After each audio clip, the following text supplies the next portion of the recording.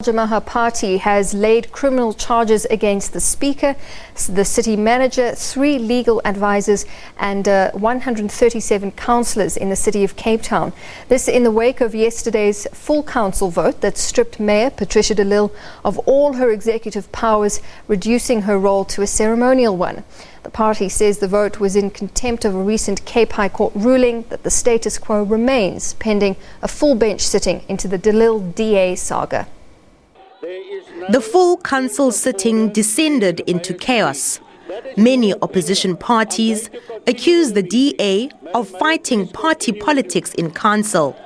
The Al Jamaha Party is taking it a step further, laying criminal charges against all those involved in stripping the mayor of her executive powers. This item on the agenda stripped the mayor of all her powers and just allowed her to wear the mayoral chain.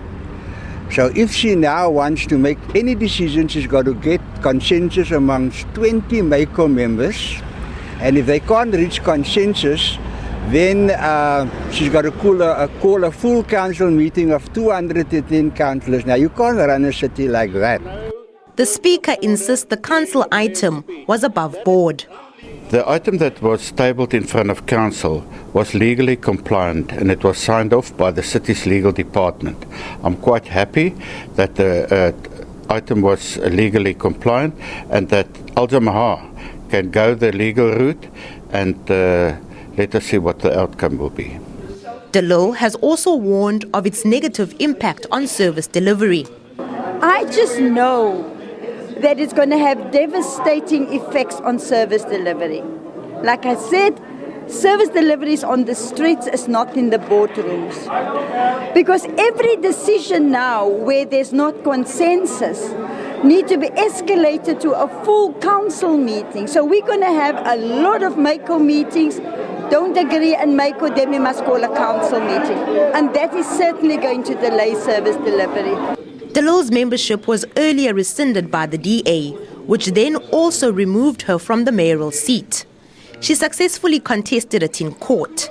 The judge ruled that she remained in her position until all her matters were heard.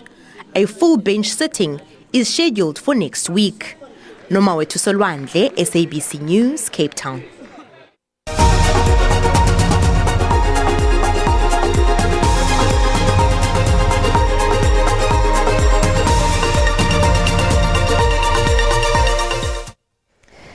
Well, today marks International Children's Day. It's observed annually around the world to honour children's rights as per the proclamation of the 1925 World Conference for the Well-being of Children.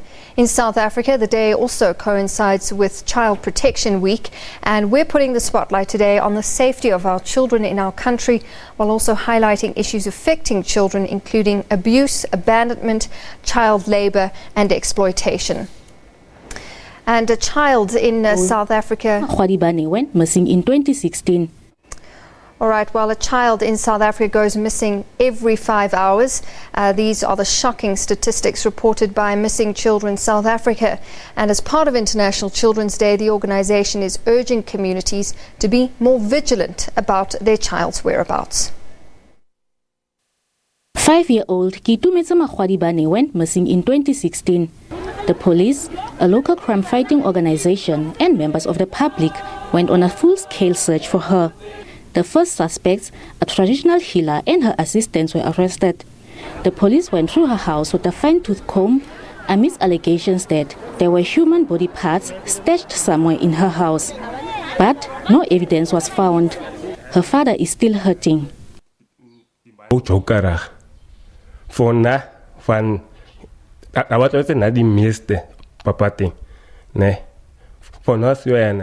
daughter used to love making jokes and was more closer to me, her father. I was even hospitalized at a mental facility due to stress. I nearly lost my mind. 3 years down the line, the family is unhappy about how the police have handled the case. Sinds die kind is weg, ons het nooit weer nadat die eerste suspects uitgehaal is, vry uitgehaal is. Ever since our child disappeared, the first suspect was released and another suspect who is innocent was arrested. They have kept him in jail. So I don't know if their intentions is to bungle up this case or not, but we know the first suspects took our child. Of wat nie, maar ons weet die eerste suspects hulle die kind gevat. The police have, however, indicated that the case against the first suspects was thrown out of the court as there wasn't any evidence linking them to the missing child. Saying we are investigating and we are following any lead that we are receiving. Right now, the lead that we received led us to the current suspect that is arrested, and hence we are awaiting the forensic results and also for the suspect to go under psychiatric assessment. Kitumetsi is still nowhere to be found, just one of many cases like this. In our country, we've got a child that goes missing every 5 hours, according to the Missing Persons Bureau. Our organization has been reported 124 children in the last year, whereof 75% of them have been found. Unfortunately, we've got 2% of our cases that are found deceased. We've seen a slight decrease in our cases of the last year, but that could be related to people not knowing of our organization, people that are not reporting their children as missing, and that is a big problem in our country because people don't know what to do when a child goes missing. So that is quite related subjects to why we have a decrease in cases, but in the next month we might see a massive increase in cases, as we've seen in the last few weeks of an increase of kidnapping cases happening for ransom demands. The organization is urging communities to report missing children in the first 24 or 48 hours, as that is vital in finding a missing child alive. Meanwhile, Kitumetsi's family still lives in hope that their daughter is alive. They have up to now exhausted all leads, including consulting traditional healers, to find her. Pulengudupe, SABC News, Kimberley. Well, for more on missing children, I'm joined by Bianca van Aswegen, who is a National Case Officer for Missing Children South Africa. She joins us from our Cape Town studios. Bianca, good afternoon. Thanks for your time. I just want to start with that stat that we heard you allude to in the previous clip, that according to the Missing Persons Bureau, a child goes missing every 5 hours in our country. I mean, that is alarming. And the question is, why is this the case? So just paint a picture for us of how bad the situation is.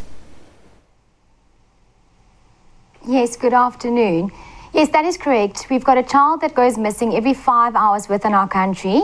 Unfortunately, like you said, this is quite an alarming rate that we are dealing with. We deal with this on a daily basis in our organization. You know, children get reported to us.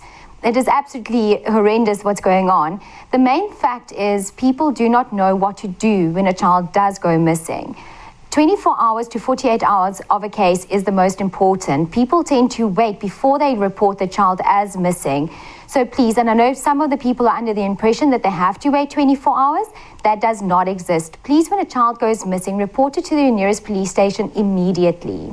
All right, so just to be clear that they don't have to wait for that. I mean, we always see it in movies when people want to report somebody missing, they have to wait for 24 hours, but you're saying that's not the case. The sooner they report a missing person, especially a child, the better. Yes, that's true. We do not have to wait 24 hours. That does not exist because the first 24 hours to 48 hours is the most crucial when it comes to a missing child.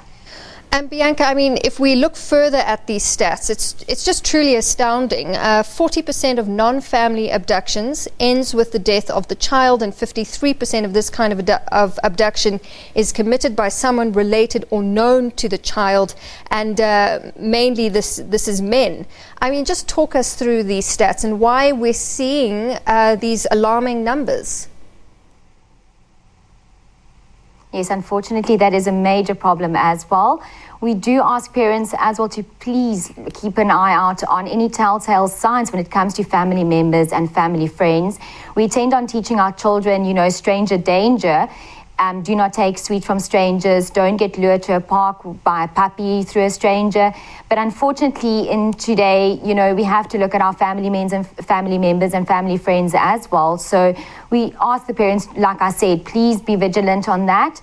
to know the telltale signs, what to look for. Should a person give too much attention to a certain child in the household, the way the child is being hugged, please pay attention to that because that might be warning signs. Absolutely. What about stats related to child killings and children being exposed to violence and to crime? Unfortunately, I don't have that stats, as our organisation only puts out why children go missing and the amount of cases that we've got in that. But unfortunately, yes, 2% of our children are found deceased for various reasons, whether it is a family abduction, whether it is a kidnapping or a mutual-related murder that happened.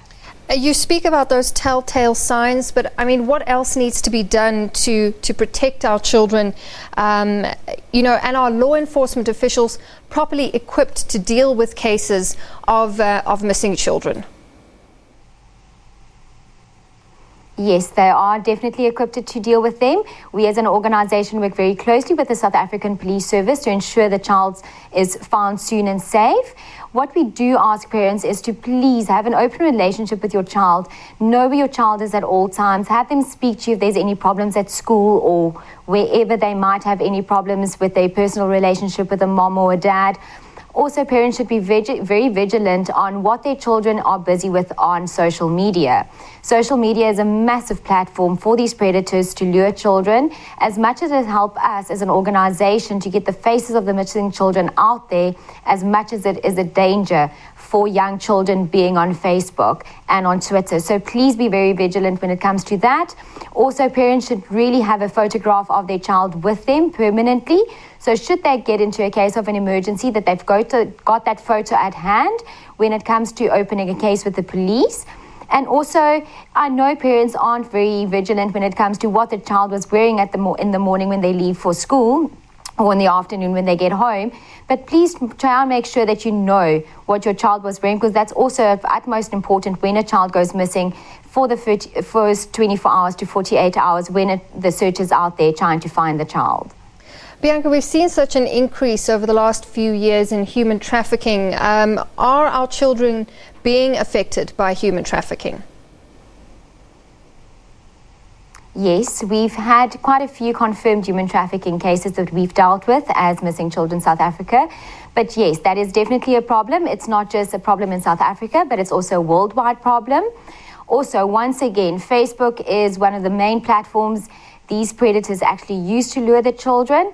Also, when it comes to malls, people should be very vigilant there as well. So children tend to wander off very quickly and become an easy prey for these predators. So people also need to teach the children what the dangers are out there, that they know what to look out for and how to keep themselves safe as well. Bianca, thanks very much. We'll leave it there for now. Bianca van Aswegen, who is a National Case Officer for Missing Children South Africa. Thanks for your time.